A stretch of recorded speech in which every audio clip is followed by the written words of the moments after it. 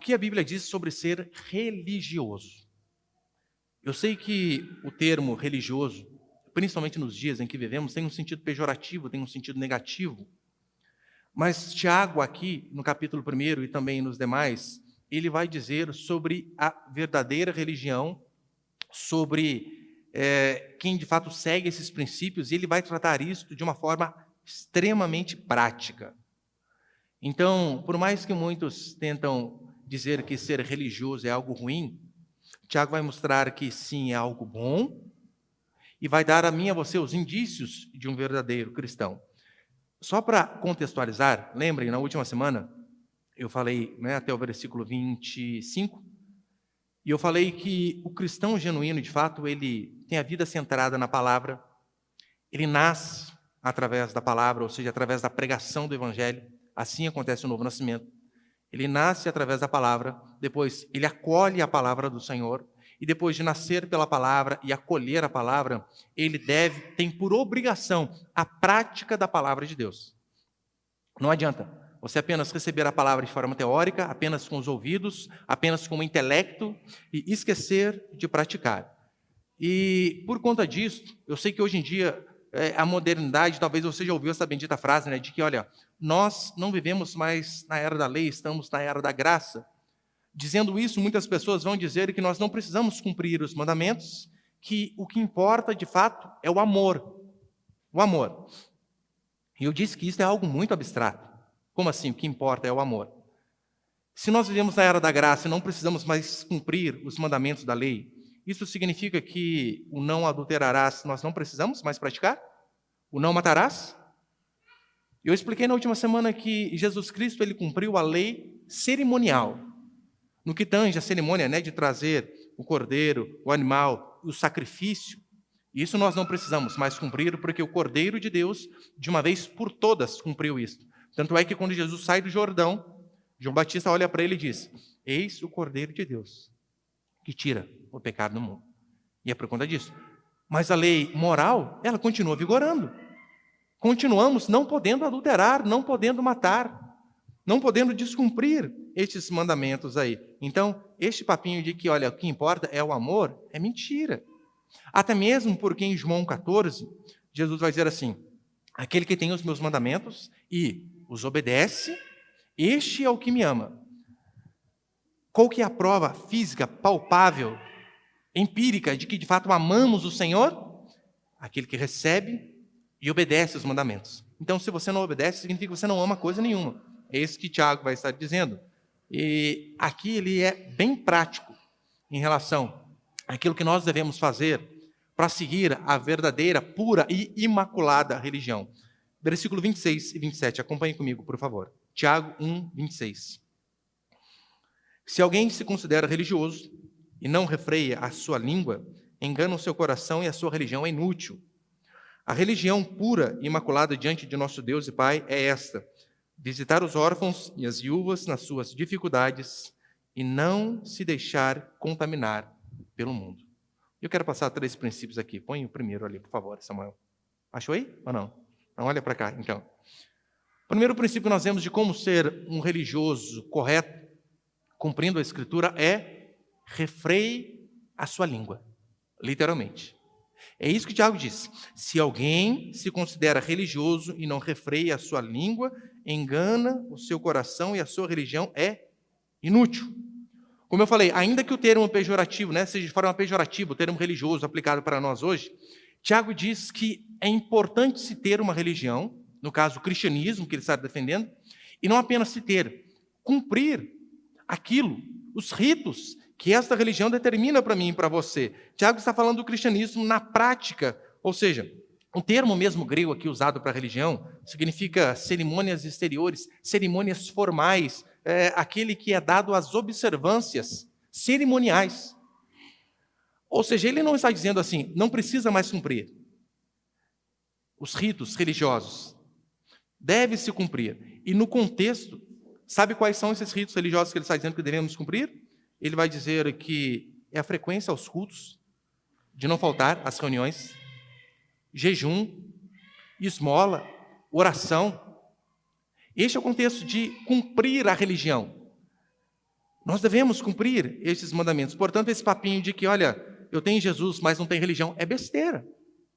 É coisa de ignorante, até mesmo porque o próprio Jesus Cristo, ele não apenas tinha a sua religião, mas ele cumpria de forma meticulosa a sua religião. Ele foi apresentado por seus pais no 8º dia. Ele passou por todos os processos que uma criança precisava passar. Ele estava nas sinagogas. Lembra com 12 anos, onde tem aquela passagem que diz que com 12 anos ele estava nas sinagogas, prestando atenção naquilo que os mestres da lei ensinavam? Estava ali. É por esse motivo também que nós falamos para as crianças. Para você que é pai, deixe sua criança no culto.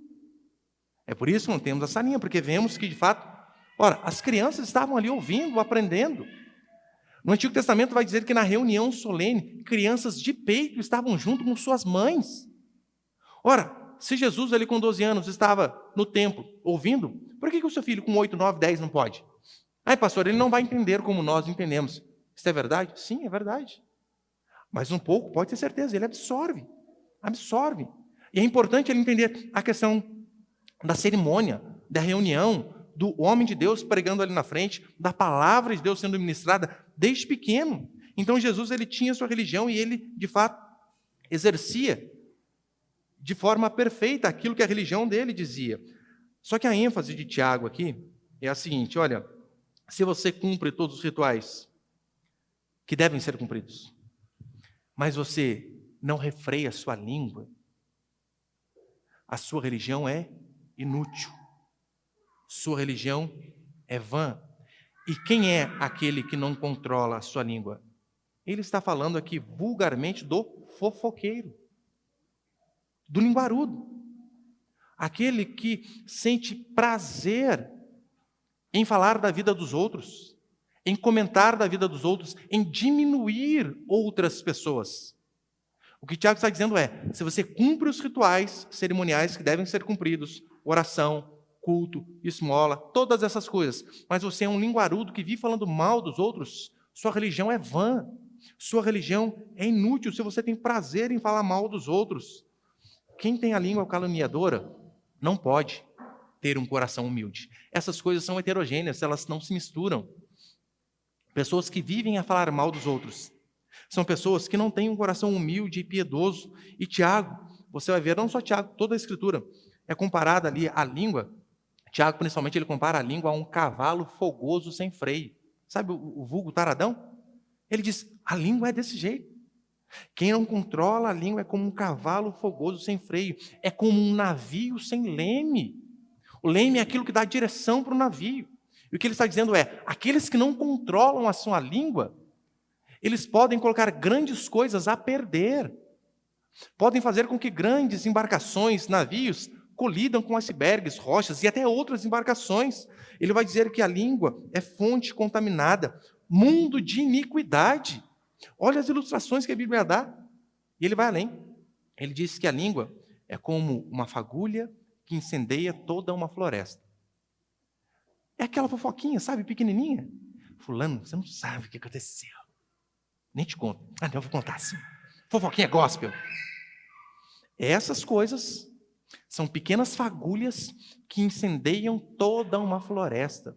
Portanto, não aceite pessoas virem trazer fofoca para você. E além do mais, a nossa língua revela quem somos por dentro. Porque a boca fala que o coração está cheio. Aquilo que você fala só expressa como está o seu coração. E vou além. A pessoa fofoqueira é abominável diante do Senhor. Deus detesta muitas coisas. Em relação ao divórcio, Oséias diz, Deus odeia o divórcio. Mas a Bíblia também diz que Deus abomina o fofoqueiro, a fofoqueira, o linguarudo. Tanto é que em Provérbios, capítulo 6, versículo 16, vai dizer assim, 6 coisas o Senhor detesta. Sim, a 7ª ele abomina. Então ele vai listar algumas coisas aqui e a última é aquilo que é abominável. E olha o que ele vai dizer.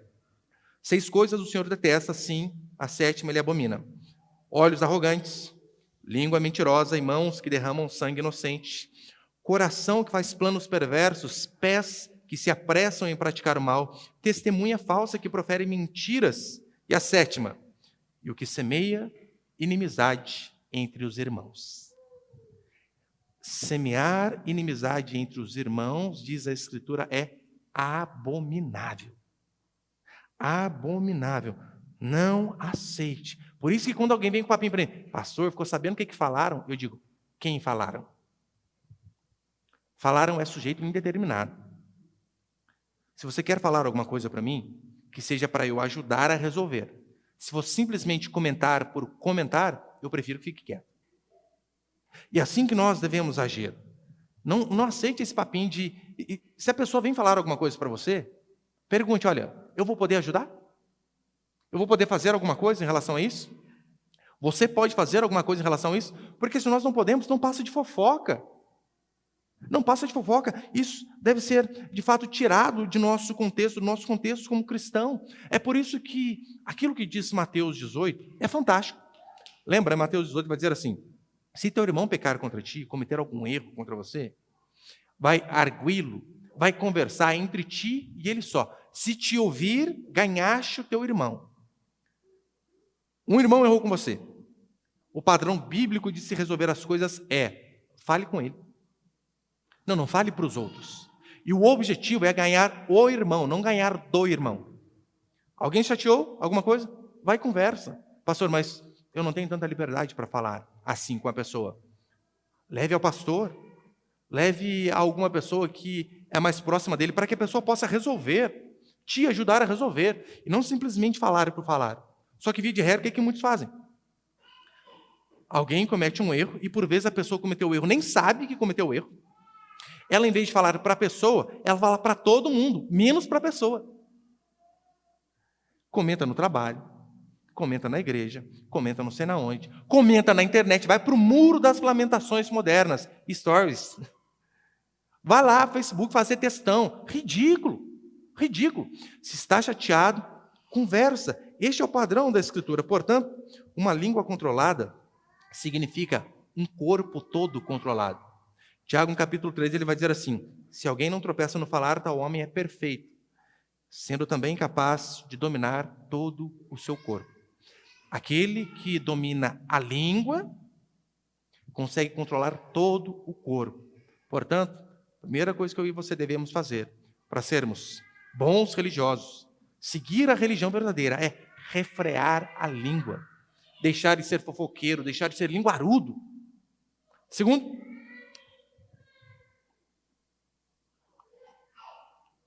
princípio, o cristianismo e a caridade. Acompanhe comigo o versículo 27, apenas a parte A, por favor. Tiago 1, 27. A religião pura e imaculada diante de nosso Deus e Pai é esta: visitar os órfãos e as viúvas nas suas dificuldades. Quando Tiago diz visitar os órfãos e as viúvas em suas dificuldades, não é literalmente só visitar, né? Fulano está precisando de alguma coisa, você visita e vai embora. Não é isso. É no sentido de ajudar. E por que ele fala órfão e viúva? Eu expliquei na última pregação. Antigamente não tinha plano de aposentadoria. Uma viúva, ela, quando ficava viúva, se ela não tivesse filhos, familiares que pudessem ajudá-la, filhos que pudessem sustentá-la depois da morte do marido, ela provavelmente teria que se prostituir, teria que se vender ou morreria de fome. Não há outro caminho. Então Tiago vem e diz, olha, vocês precisam ajudar, principalmente a família, né? Precisa ajudar. E por que Tiago diz aqui, né? A religião pura e imaculada diante de nosso Deus. Religião pura e imaculada. Se existe uma religião pura e verdadeira, óbvio que existe a religião falsa. Então aqui, Tiago ele vai estabelecer um contraste entre aquilo que é correto e aquilo que é incorreto. Aquilo que é verdadeiro e aquilo que é inútil. Ele vai dizer, cumprir os rituais é fundamental. Oração, frequência aos cultos, esmola, jejum, essas coisas são importantes. Mas a verdadeira religião ela vai além disso. Não pode haver uma ruptura, um divórcio, uma cisão entre aquilo que nós cremos e aquilo que nós falamos. É necessário que essas coisas andem juntas, que nós falemos e pratiquemos aquilo que nós professamos acreditar. Por isso, ele vai dizer que um bom religioso, ele deixa, né, ele refreia a sua língua, como foi o primeiro princípio, E aqui ele vai dizer que deve ajudar os necessitados. E ajudar em que sentido? Como diz aqui o verso 27, né? O conteúdo da fé, Tiago não está debatendo isso. O conteúdo da fé nós sabemos, a morte expiatória de nosso Senhor Jesus Cristo e sua ressurreição gloriosa. Paulo, em Romanos, ele faz o melhor tratado teológico já existente. Ali Paulo está falando sobre teologia. Tiago, ele está sendo prático na vida cristã. Basicamente, ele está dizendo isso, olha, Paulo deu o tratado teológico e eu aqui estou ajudando vocês como colocar a teologia na prática. O foco do cristianismo, ele vai dizer, não é apenas a questão doutrinária, é a questão doutrinária e a prática. Essas coisas necessitam andar juntas. É igual um pássaro. Não tem como você dizer assim, olha, qual asa é mais importante para um pássaro? A asa da direita ou a asa da esquerda? Ele precisa das duas. E o que Tiago está dizendo é justamente isso. Nós precisamos da teologia, da ortodoxia, todavia também precisamos da prática da nossa teologia. Essas coisas precisam caminhar uníssonas. O que ele expressa basicamente aqui é o seguinte: o cuidado dos necessitados não é o conteúdo do cristianismo, mas ele é a expressão prática da nossa fé. Não é o centro, a assistência social, o cuidado dos necessitados. Não é o centro do cristianismo, mas essas coisas, elas fazem parte, na verdade, elas são a expressão, a prática da nossa fé. Uma das expressões da verdadeira religião é assistência, ajuda àqueles que de fato são necessitados. É fundamental que venhamos a cumprir isso daqui. Ter uma religião que não ajuda o próximo é vão, é inútil. Eu sei que neste termo, né, pastor, existem outras religiões que ajudam o próximo? Muitas. Muitas religiões ajudam o próximo. Até ateus. Ateus ajudam outras pessoas. Ateus investem pesado naquilo que eles acreditam e até na assistência de outras pessoas. Ora, se ateus conseguem se preocupar com pessoas passando necessidade, ímpios conseguem se preocupar, quanto mais nós, que somos cristãos. Por vezes, eu acho que, se eu não me engano, aquela vez que teve uma queimada bem grande em Portugal, o Cristiano Ronaldo não é nem crente, gente, jogador de futebol, né? Não é nem cristão. Mas ele doou não sei quantos milhões para as pessoas que estavam sem casa. Oh Deus, se pessoas ímpias entendem que precisam ajudar os necessitados, quanto mais nós. Nós temos o mandamento da assistência aos necessitados. Tem um canal no YouTube que eu acompanho, muito interessante, não sei se alguém já ouviu falar dele, chamado Primo Pobre.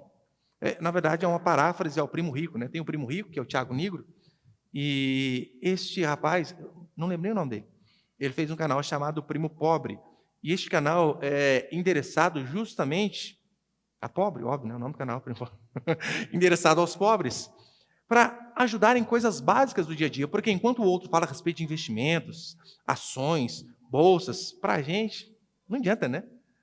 Temos que aprender aquilo que é básico. E é tão interessante, né? Só um parênteses. Eu estava assistindo essa semana, ele dizendo assim, ora, aqueles que são pobres, é mais interessante que eles façam compra uma vez por mês, em vez de fazer compras semanais. Eu estou ali, né? Por que será? E ele continuando explicando. Porque se você não tem um domínio de si, do que você gasta, das suas contas, se você vai ao supermercado toda semana você vê várias coisas que você não precisa. E a tendência é toda semana você gastar aquilo que você não podia gastar, você comprar aquilo que não era necessário comprar. E via de regra não é assim? Eu já falei aqui para os irmãos, né? Por exemplo, se você quer fazer compra, a dica que eu dou para você, almoce antes. Vá ao supermercado de barriga cheia. Porque a possibilidade de você comprar besteira é menor. Porque se você vai com fome, você está passando lá, você vê palmito. Nunca gostou de palmito. Ai, gente, que vontade de comer palmito.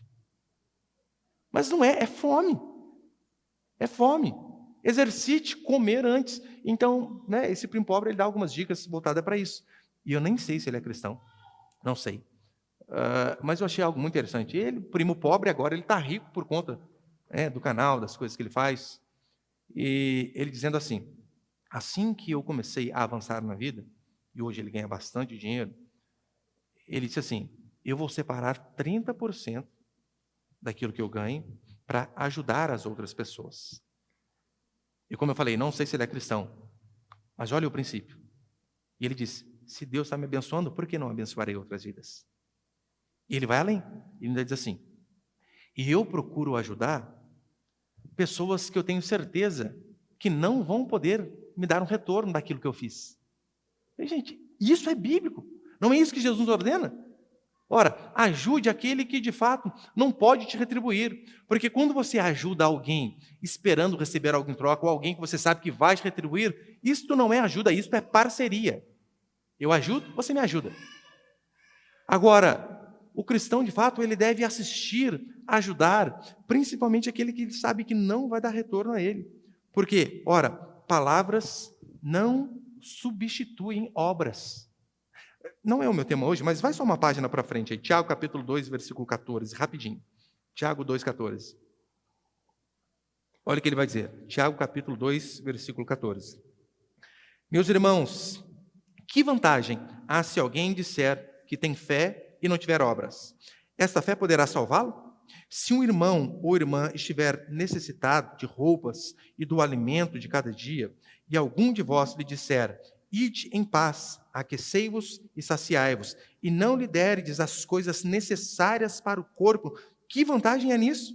Assim também, a fé por si mesma é morta se não tiver obras. Mas alguém dirá, tu tens fé e eu tenho obras. Mostra-me a tua fé sem obras, e eu te mostrarei a minha fé por meio das minhas obras. Ou seja, você é alguém que tem condição e conhece alguma pessoa, algum parente, algum irmão ou qualquer outro necessitado. Necessidade aqui, né? Roupa, comida, necessidade. E você não ajuda, o que o Tiago está dizendo é a sua religião é vã, é inútil. É inútil. Põe a mão no bolso, ajude quem precisa, deixe de ser avarento. E é claro, né? Necessidade. É fundamental fazer isso. Última semana eu dei esse exemplo, vou dar de novo. Meu irmão uma vez aqui, falou, pastor, vamos na casa do fulano lá. E nós fomos, o cara não tinha nem fiação para ter luz elétrica. Luz elétrica é necessidade. E o que nós fizemos? Fomos lá, compramos todo o material elétrico. O irmão foi lá e fez a parte elétrica para ele. Pronto, agora o irmão tem luz. Passaram-se 2, 3 meses, esse mesmo irmão veio a mim e disse, pastor, eu estou precisando da ajuda da igreja novamente. Eu disse, irmão, o quê? Meu IPVA venceu. Não. Nisso não vamos ajudar. Porque né? Imagina, pagando IPVA dos irmãos, quem que aguenta? Não dá. Além do mais, isso não é algo necessário. Ah, pastor, mas eu posso perder o carro. Venda e compre o mais barato. Se não dá para pagar aquele carro, venda. Ande de moto, ande de bicicleta. Tiago diz que devemos ajudar os necessitados. Não só isso. 1 João capítulo 3, versículo 16, vai dizer assim, nisto conhecemos o amor. Cristo deu a sua vida por nós e devemos dar a nossa vida pelos irmãos. Quem, pois, tiver bens do mundo e vendo o seu irmão em necessidade fechar-lhe o coração, como o amor de Deus pode permanecer nele? Filhinhos, não amemos de palavra nem de boca, mas em ações e em verdade. Não ame apenas de palavra. Eu amo os irmãos. Você tem sobrando. Você está bem estruturado financeiramente. Sabe que o outro está necessitado. E você diz, eu amo, sem ajudá-lo, sua religião é falsa. Sua religião é inútil.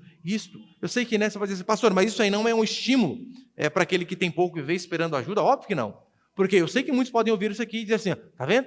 As pessoas têm a obrigação de me ajudar. Não. A obrigação que todos nós temos, sem exceção, é acordar cedo, é trabalhar duro, é gastar menos que ganha e não ser preguiçoso. Essa é a obrigação de todos. A Escritura nos ensina, vai ter com a formiga o preguiçoso. Então não existe, vou ficar esperando me ajudar. Mas há um mandamento para que todo aquele que tem e vê alguém passando necessidade, que ajude. Aquele que tem mais, ajude com mais. E aquele que tem menos, também ajude, só que com menos. Ora, porque se você não consegue ajudar com menos, não pense que quando você tiver mais, você vai ajudar. Não vai. É fundamental a generosidade. A religião verdadeira, ela é a prática da fé. É de fato quando nós colocamos a nossa fé em ação. Porque nós seremos julgados. Julgados por não assistir, não ajudar. aqueles necessitados. Em Mateus capítulo 25, Jesus está dando um sermão onde ele está dizendo, olha, quando, pois, vir o Filho do Homem na sua glória, vai se sentar no seu trono. E é tão interessante que no versículo 34 até o 36, ele vai dizer assim, vinde, benditos de meu Pai, tive fome e me deste de comer, tive sede e me deste de beber, era estrangeiro e me acolheste, precisei de roupas e me vestistes, estive doente e me visitaste, estava preso na prisão e foste visitar-me. E a continuação, os irmãos lembram? As pessoas dizem, Senhor, quando te vimos necessitado e ajudamos? Quando te vimos nu e te vestimos? Quando te vimos preso e fomos visitar? Ele diz, quando fizeste a um deste pequenino, a mim me fizeste. Portanto, quando Tiago diz que há uma religião aceitável diante de Deus, ele está dizendo que há uma religião que não é aceitável. Se a religião aceitável é aquela que pratica aquilo que se crê, a religião não aceitável é a religião apenas de palavras, que apenas se fala e não se pratica. Uma das formas de praticar o cristianismo, de fato, é ser instrumento de alívio para aqueles que estão passando necessidade. E terceiro e último para encerrar, põe ele, por favor. Terceiro e último.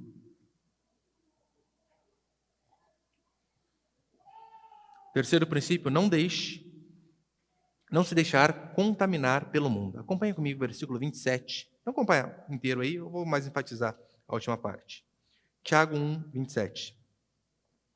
A religião pura e imaculada diante de nosso Deus e Pai é esta: visitar os órfãos e as viúvas nas suas dificuldades e não se deixar contaminar pelo mundo.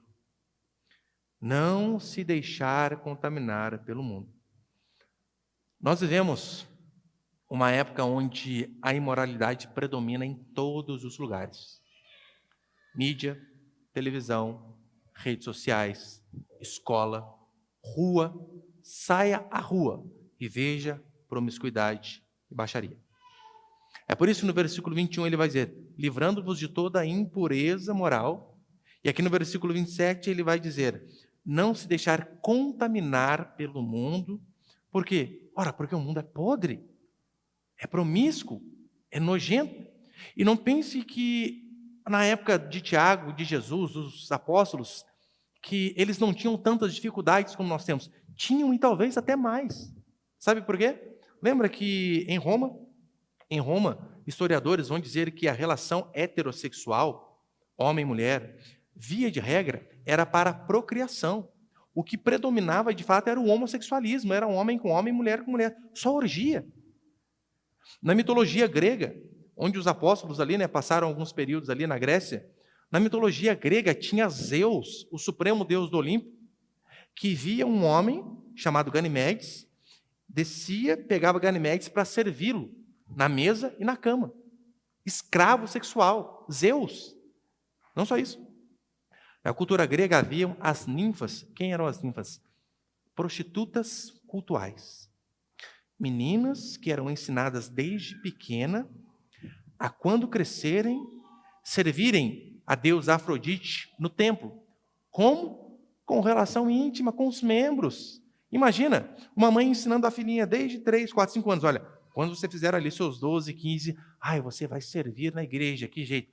Tendo relação com todo marmanjo que passar naquela porta. Esta era a cultura a qual aqueles homens viviam. Eu sei que talvez isso possa ser um tanto quanto absurdo, mas não é muito diferente daquilo que nós passamos. A imoralidade tem aumentado a cada dia. E o mundo é um sistema corrompido que, na verdade, ele se opõe contra Deus. Por este motivo que o cristão ele deve andar na contramão. Você não pode ser aplaudido por amigos ímpios por conta do seu comportamento. Porque se isto acontece, ou o mundo está se convertendo, se transformando em santo, ou você está andando como um mundano. Porque essas coisas não se juntam. É tão certo que Tiago 4,4, Tiago vai dizer assim, infiéis, não sabeis que a amizade do mundo é inimizade contra Deus? Portanto, quem quiser ser amigo do mundo se coloca na posição de inimigo de Deus. E tanto aqui no capítulo 4, como no capítulo 1 que nós estamos lendo, Quando o Tiago fala a respeito de mundo, ele não está falando no sentido geográfico, planeta, mas ele está falando num sentido de uma sociedade pagã que se opõe de forma frontal ao cristianismo. É isso que Tiago está dizendo. É por esse motivo que Paulo também vai dizer assim em Romanos 12:2, lembra? Não vos conformeis com este século, mas transformai-vos pela renovação da vossa mente. Não vos conformeis com este mundo. Literalmente, não entrar na forma deste mundo. Talvez a melhor analogia seria o seguinte. Sabe lá quando você vai fazer gelatina para sua criança? Você faz o líquido ali colorido, né? Vermelhinho, verde, azul, e você coloca em alguns recipientes, redondos, quadrados, estrelinha, lua, não importa. Então você coloca ali o líquido, e depois que a gelatina firma, ela toma a forma do recipiente ao qual você colocou. E o que Tiago está dizendo aqui é basicamente isso. Não entrem na forma do mundo. Não sigam aquilo que eles seguem. E aí que, infelizmente, eu digo com tristeza, que a igreja cristã tem se perdido e muito. E eu posso provar isso para você. Veja se não é verdade. Quando nós falamos, por exemplo, a respeito de ter filhos, crianças, o seu pensamento em relação a filhos, ele está relacionado àquilo que a Escritura diz ou àquilo que a cultura secular diz? A maioria dos cristãos que estão em muitas igrejas hoje, mesmo tendo a Bíblia e sendo cristãos de verdade, a sua cosmovisão de família não tem a ver com a Bíblia, mas tem a ver com o mundo. Porque, via de regra, cristãos não querem ter filhos. Se tem aos poucos. Cristãos, eles têm não uma perspectiva bíblica, mas mundana, materialista e egoísta. Sim. Não, mas aí se eu tiver muito filho, eu não vou poder viajar. Não, não vai poder viajar muito. Vai diminuir as viagens. Sim. Ah, mas aí eu não vou conseguir ter aquele carro. Não, não vai conseguir ter aquele carro. Por quê? O seu dinheiro vai para os seus filhos. Inclusive aí, nós já começamos a ver o que é o cristianismo de verdade. O altruísmo, que é pensar no outro e não pensar em si. Eu lembro quando eu troquei de carro, né? Já tem uns bons anos já. Meu carro é velho, é 2005, 2004, não sei, 2004, 2005. Só que antes eu tinha um muito mais velho que esse. Eu tinha um escortão que tinha um furo de escapamento desse tamanho assim, gente. Que eu lembro que quando eu apontava na rua, brrr, aquele barulho, meus meninos já corriam e abriam o portão. Pai está chegando. E eu entrava. E eu troquei o carro muito velho com velho. E tem um dia eu estou lá conversando na rua, e na época tinha um irmão que tinha trocado de carro também, tinha comprado um Civic. Ele disse, pai, por que o senhor não comprou um carro igual ao do fulano? Eu disse a ele, primeiro que eu não ganho tanto que o fulano ganha. Segundo, olha o tanto de boca que eu tenho para criar, que eu tenho para alimentar. É por causa de vocês que eu não consigo ter um carro melhor. Se fosse só eu e essa mãe, eu conseguiria. Pastor, mas isso não depõe contra ter filho? Claro que não. Isso mostra que ser cristão é você não ser egoísta, não pensar apenas no seu prazer, não ser materialista, mas pensar no outro. Agora, cristãos, quando falam em ter filho, eles pensam de forma ímpia, de forma mundana, de forma secular. Em relação à educação dos filhos é a mesma coisa, porque, convenhamos, se tem um negócio que dá trabalho, chama-se educar filho. Você não tem folga, você não tem folga, você não tem férias, você não tem sossego, todo dia, todo dia. Então, o que muitos cristãos fazem? Em vez de seguirem o padrão da disciplina bíblica, da persistência, da insistência. Ai, mas meu filho é muito agitado. Ai, ele é assim e aquilo. Muitos sabem o que fazem? Em vez de irem para o caminho da educação e disciplina, vão para o caminho da ritalina e da educação positiva. Não, precisa de remédio. Menino, muito agitado. Só com remédio, né? Daí fica aquele menino, igual um zumbi, né? Nossa, mas agora está calminho. Você está destruindo o seu filho. Só que é muito mais fácil para o filho ficar calmo, dar um remedinho para ele, do que ensinar, do que gastar tempo, porque eles vão fazer várias vezes as mesmas coisas. Veja se não é verdade em relação a, por exemplo, tristezas, ansiedade, depressão. Você sabia que tristeza todos têm? Todos. Todos passam por momentos de angústia, de aflição. Todos passam por luto. Todos passam por angústia. Agora, qual que é o padrão bíblico de se resolver o problema de tristeza? Nós acreditamos que o nome talvez mais moderno, né, seria aconselhamento bíblico, aprender aquilo que a Escritura diz sobre como vencer essas dificuldades e fé. Para vencer tristeza, ansiedade, depressão, aconselhamento bíblico e fé. Muitos cristãos não querem enfrentar as dificuldades da vida, preferem recorrer à psiquiatria, à psicologia, ao Prozac e ao diazepam, e resolve. Ai, mas aí eu não fico triste, mas também não fica alegre. Porque você sabe, né? O remédio faz você ficar ali, ó, parado. As dificuldades da vida nos amadurecem, nos fortalecem, nos fazem crescer. E se você, diante das dificuldades, você foge, ora, como você vai ser maduro? Não tem como. A igreja, infelizmente, ela tem seguido mais os conselhos do mundo do que da Bíblia. Os valores do mundo, que se apoiam em dinheiro, fama, prazer, sucesso, é aquilo que domina os cristãos. Hoje de manhã, para encerrar, abre comigo rapidinho ali em Jó, capítulo 1. Estou terminando já. Jó, capítulo 1. Olha que interessante. Jó, capítulo 1. Se você não achar, eu leio para você, bem rápido. Qual é o padrão da Escritura e qual é o padrão que muitos têm seguido? Jó, capítulo 1, versículo 1.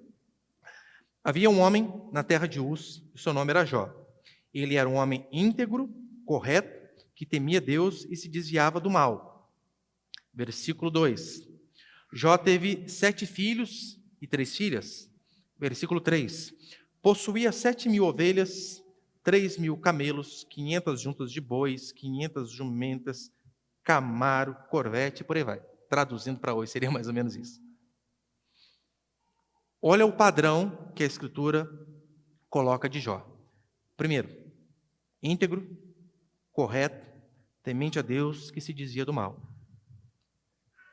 Temor a Deus deve ser aquilo que rege a nossa existência. Integridade. Depois, segunda bênção na vida de Jó. Filhos, 10. 10.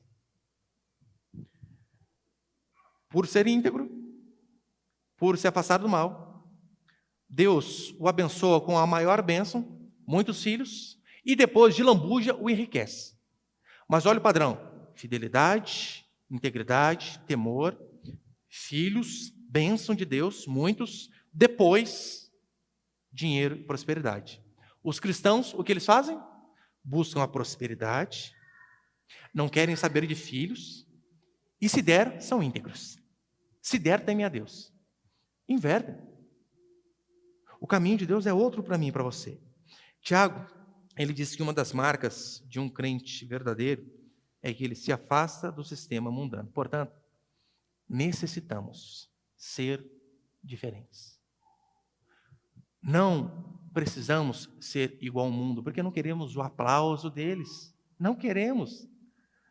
O cristão genuíno, ele se relaciona diferente, ele namora diferente, ele trabalha diferente, suas roupas são diferentes, o seu lazer é diferente, porque você sabia que até no seu lazer você não deixa de ser crente? Ai, pastor, estou na praia, não pode usar biquíni. Não. Porque biquíni é calcinha e sutiã de material diferente. Você é crente até na praia. Modéstia, sempre. Cuidado para que o seu foco, que a sua alegria, não esteja apenas aqui em coisas mundanas. Porque se assim você for, o risco de você cair é enorme. Paulo vai dizer isso na carta dele a Timóteo. Porque Demas, tendo amado o presente século, o presente mundo, tendo amado o presente século, me abandonou. Então, se nós amamos o mundo, a possibilidade de abandonarmos amigos e até a própria fé é grande. Estamos no mundo, mas somos chamados para viver diferente. Portanto, que o nosso comportamento, que o nosso falar, que a forma como que tratamos os outros, que a nossa generosidade, que a nossa língua, todas essas coisas glorifiquem o nome do Senhor. Porque uma vida imaculada unida ao amor e à caridade, é isso que Jesus Cristo espera de nós. Não adianta você ser escrupuloso, meticuloso nos ritos que a religião diz que tem que ter, como o Tiago diz, né? Oração, esmola, oferta, jejum. Não adianta você ser escrupuloso nisso, mas você não controlar a sua língua, você não ajudar os necessitados e você não se apartar daquilo que é ímpio, daquilo que é mundano. Fazer isso é enganar a si mesmo, é ter uma religião inútil e que Deus possa, de fato, dar a graça a mim e a você, de não termos uma religião vã, mas que sejamos, como diz o próprio Tiago, ouvintes e praticantes da palavra do Senhor. Amém, meus irmãos?